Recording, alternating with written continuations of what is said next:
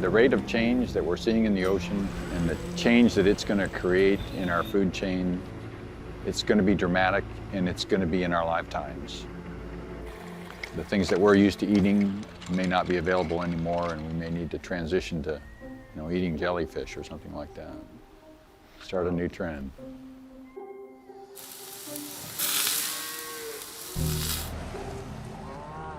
It sounds a bit silly, change your diet and save the planet, but if humans could become vegetarians now, it would make a massive difference.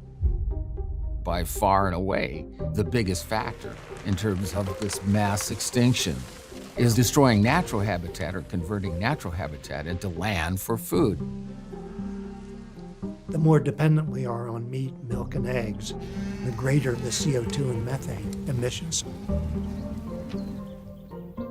Cattle and ruminants of all kinds produce methane as a byproduct of breaking down grass and other things that they feed on.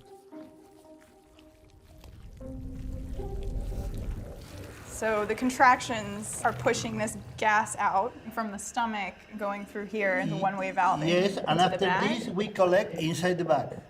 So how long has that bag been collecting gas? Only 2 hours. Methane is something like 22 times more potent as a climate-changing gas than is CO2. So it doesn't take very much methane to make a difference. A cow can basically fill up a 55-gallon garbage bag full of methane every day. One cow's not a problem, but now we have 1.5 billion of them. And it's an incredibly inefficient way of producing food. 3/4 of agricultural land is used just to feed livestock. When you factor in everything, the clearing of the land for grazing, feeding, transporting, livestock causes more greenhouse gases than all the direct emissions from the entire transportation sector. I don't think it's a competition between these problems. I don't think one could be put above the other. It's like saying, well, is global warming worse than ocean acidification, or is fishing all the big fish in the sea worse than polluting it?